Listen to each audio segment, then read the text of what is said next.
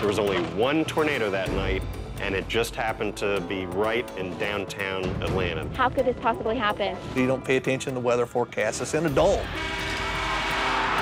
I'm hearing what I know is the sound of a freight train. We're hearing some rumbling behind us. You could hear pipes being snapped. You could hear wires sparking.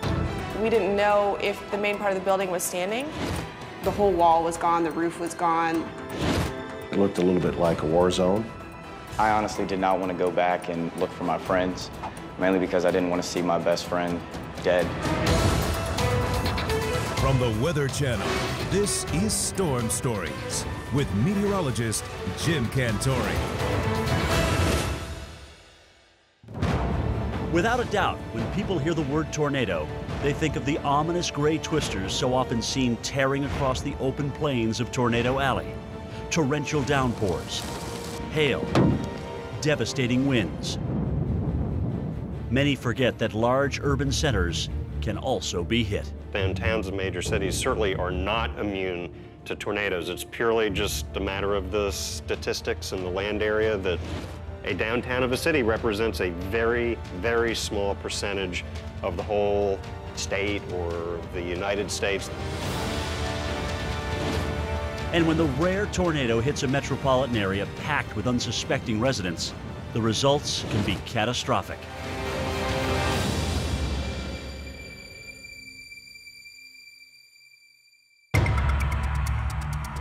Friday night, March 14th, 2008. Downtown Atlanta is filled with people attending conventions, parties, and sporting events. Few know on this balmy spring evening that a supercell is developing just northwest of the city. A powerful tornado is about to plow through the heart of downtown Atlanta.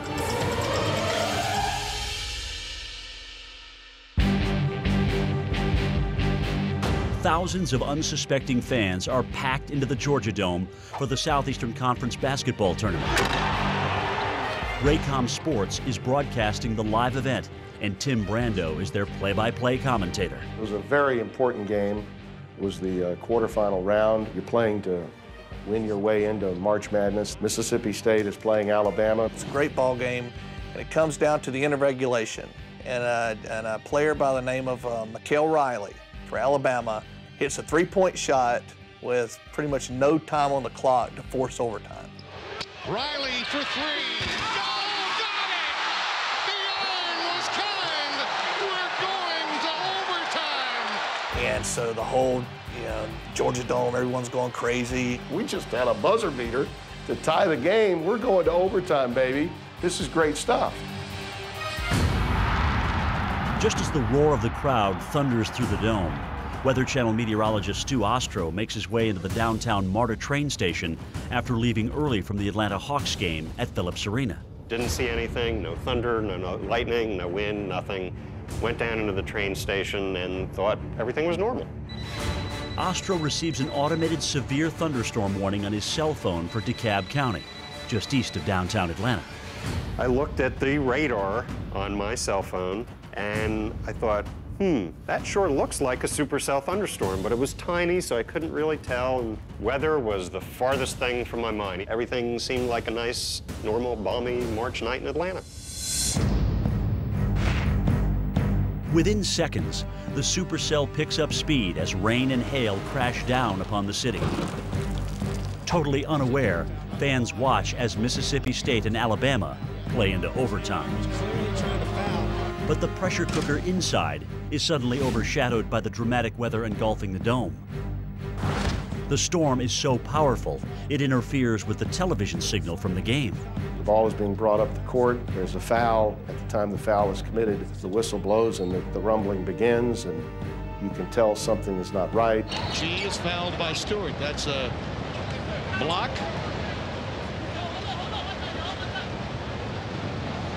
And we're hearing some rumbling behind us. At that point in my headphones, I'm hearing what I know is the sound of a freight train. Just outside the dome, Raycom producer David Behringer and his crew try to hold strong against the brutal winds tormenting their truck.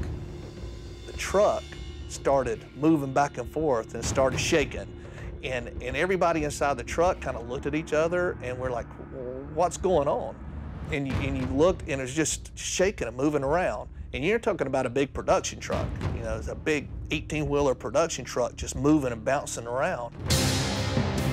Associate producer Alex Farmentino, who is seeing the powerful effects of the tornado inside the dome, is terrified by the chaos he hears unfolding in the production truck outside. I hear everyone in the truck over the headset start screaming.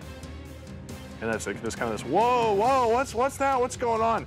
And we're kind of listening thinking, what in the world? Well, then you look on the TV, and then things are shaking, and you know, the catwalk swinging back and forth. We look up, and the camera takes a scoreboard, and the scoreboard's rocking back and forth. And you're talking about a big scoreboard in the middle of the Georgia Dome rocking back and forth.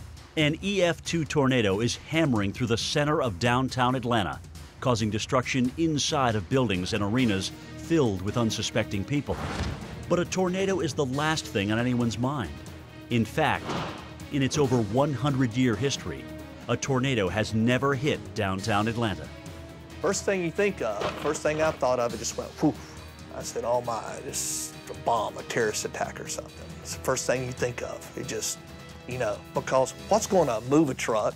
What's going to make the scoreboard bounce around? Still underground and shielded from the storm, Ostro does not make the connection. We're waiting in the train station and everything seems okay, but then we noticed there's some sort of haze coming down the tracks, and I thought, that's odd.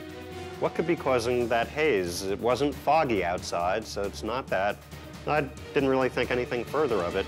But above ground, the metro area appears under attack, and by the time the storm leaves, 1 person will be dead and 30 injured. Among those who are suddenly caught off guard as the fast-moving storm arrives on the outskirts of the city are James McConnell and April Donaldson. It was like wind coming this way, and then it turned around, and wind started coming from the other direction.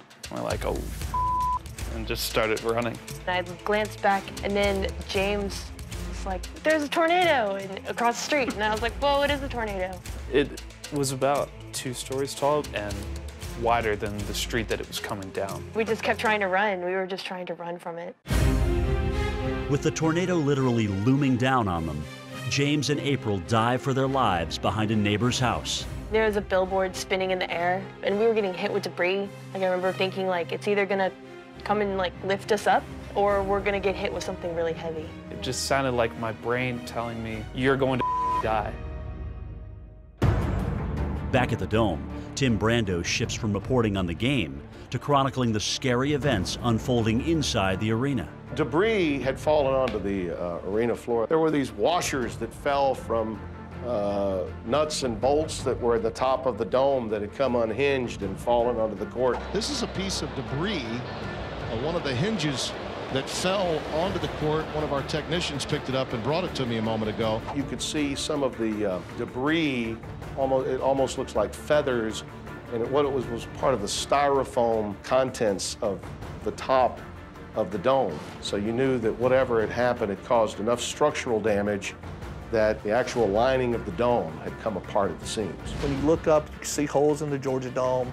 You don't know if the roof's going to cave in. You don't know what's going to happen at that time. The noises from a loud stampede echo in the arena as fans in the bleachers beneath the swinging rafters run for their safety. At that point, I was really concerned because then it's not just a situation where the weather outside is having an impact on what's going on inside, but the panic of those inside could be causing another issue altogether. People, they were just white. It was very strange. The looks in people's eyes were kind of, you know, what's going on? People were leaving.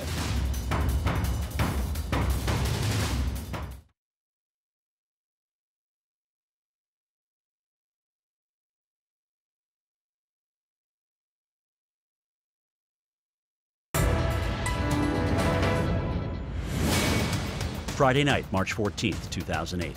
A supercell has spawned a tornado that is barreling its way through the heart of downtown Atlanta, causing major property damage and catching those in its path by complete surprise. Play is stopped at the Mississippi State-Alabama basketball game in the Georgia Dome, and after several minutes, an arena announcer informs confused fans of the severe weather in downtown Atlanta. Ladies and gentlemen, conditions still exist in downtown Atlanta. Thank you for your patience. Last thing you think is a weather situation. You don't pay attention to the weather forecast. It's in a dome. It's in a Georgia dome. In just seconds, an EF2 tornado with wind speeds up to 130 miles per hour leaves a dark and devastating backdrop of twisted metal, strewn debris, blown out hotel windows, and crushed cars in the city's downtown area. It doesn't take long for the Raycom production crew to realize what could have happened if Mikhail Riley had not sunk that three-point shot, sending the game into overtime. I dare say at least 5,000 or 10,000 people could have been exiting the Georgia Dome had that ball not gone through the hoop. And I think that's the real story here, is that young man, he may have saved some lives. Miraculously, no serious injuries are reported from the downtown area. But it's not over yet. Back across town, James and April are face to face with the tornado.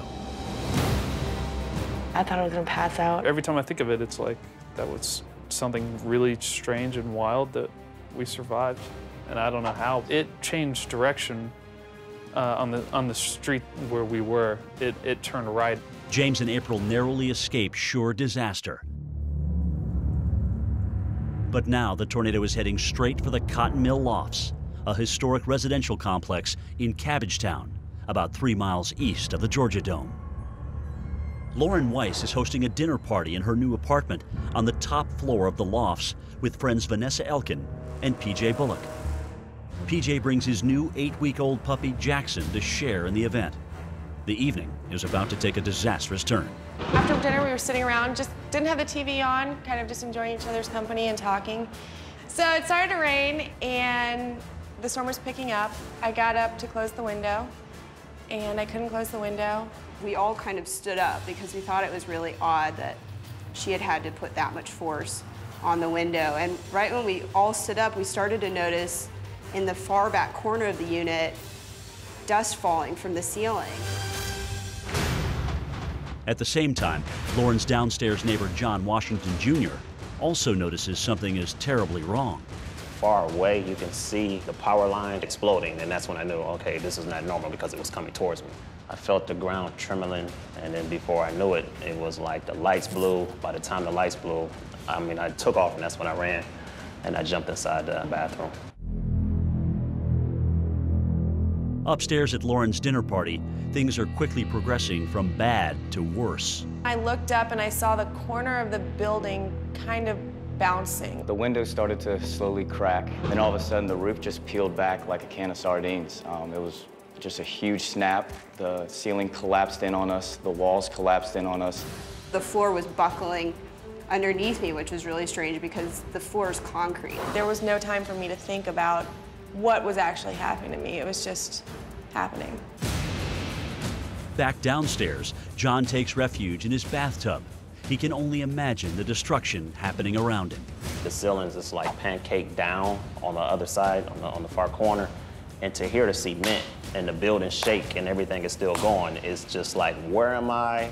I'm not falling, but I hear things falling. What is going on? Upstairs, in a state of panic, PJ escapes from Lauren's collapsing apartment into the hallway, separating himself from his friends. The wind was pushing me down the hallway in pitch black, dark, using the lightning bolts as a way to sort of light my way down the hallway. You know, just kind of accepted the fact that this might be, you know, the last moments on Earth. And when I finally made it to the corridor I was in, I took off full speed, running down the hallway as the remaining part of the ceiling crashed behind me. Inside the apartment, Lauren and Vanessa dodge flying bricks and falling debris. I just remember the dust and the sparking. I remember squeezing onto Vanessa very tightly. We were just holding on as tightly as we could to each other.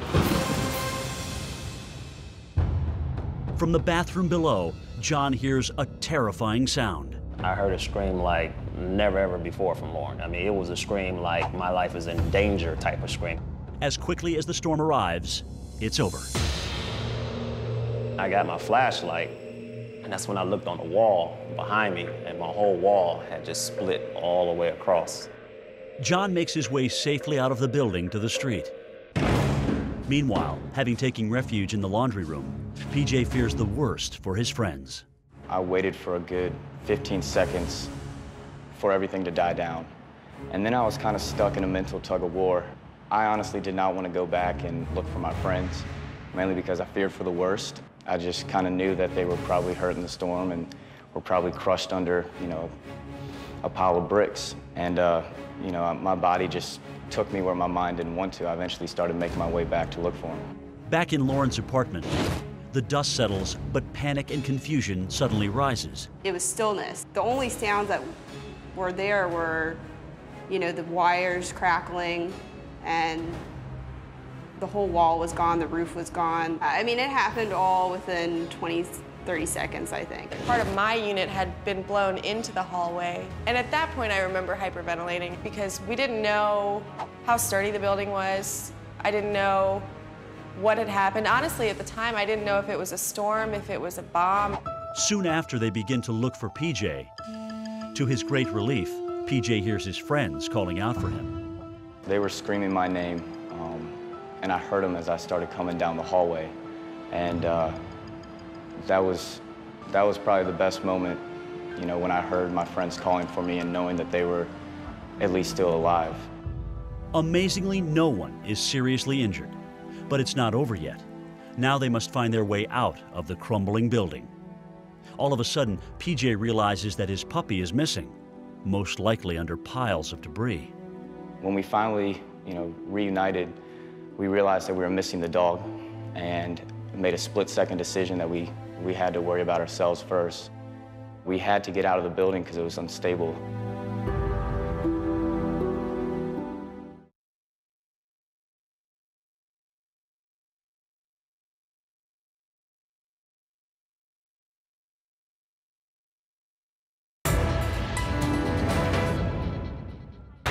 Friday night, March 14th, 2008. A powerful tornado has just plowed through metropolitan Atlanta.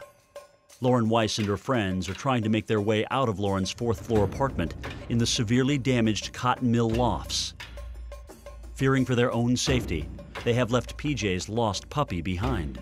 I didn't have any shoes. The hallway had collapsed in, and since we're in the corner, we couldn't really get out to the main part of the building. We're extremely vulnerable because there's no longer a roof over our heads. We finally got over this huge piece of the sheetrock that had fallen into the hallway and just were walking. 2 of the emergency exits were blocked by debris. Couldn't use those stairwells. And then we finally found a stairwell at the very end of the hallway that we used to make our way down and out of the building.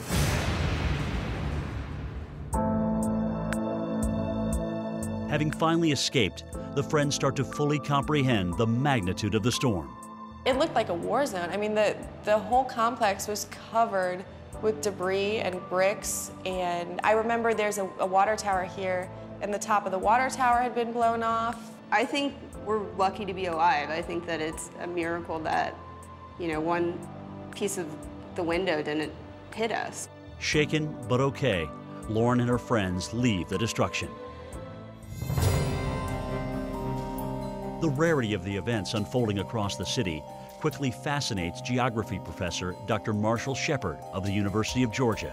When all of this started occurring, I immediately knew that this had to be a tornado because of the height that some of the buildings were being reported to be damaged. So I ran to my laptop and started saving some of the National Weather Service radar images because I knew that this was a special event. Shepard and colleague Dr. Dev Niogi of Purdue University also begin a study of the Atlanta tornado. What was interesting is that Atlanta and Georgia was suffering from one of the most severe droughts on record. That's an extreme climate event. Shepard uses weather models to re-engineer the Atlanta storm in his lab. The results are fascinating. There was rainfall a few days earlier in the midst of this drought that caused moist pockets or certain areas of the soil to be more moist. And so in our re-engineering of the storm, we found evidence that these moist pockets may have served to give these storms a boost as they were moving towards the Atlanta area. And then as they got closer to Atlanta, the urban effects, the heat island and the convergence may have given it an additional boost. Shepard insists that more research is needed. One of the things that our research has suggested is that we need to know more about how the cities and their environment interact with weather and climate processes. Arriving home from downtown, Stu Ostro turns on the television. I saw the images all coming from downtown Atlanta. I thought, I was right there. We were in that underground station when the tornado passed overhead, and that haze that I had seen coming down the tracks from the outside was debris that had been kicked up by the tornado.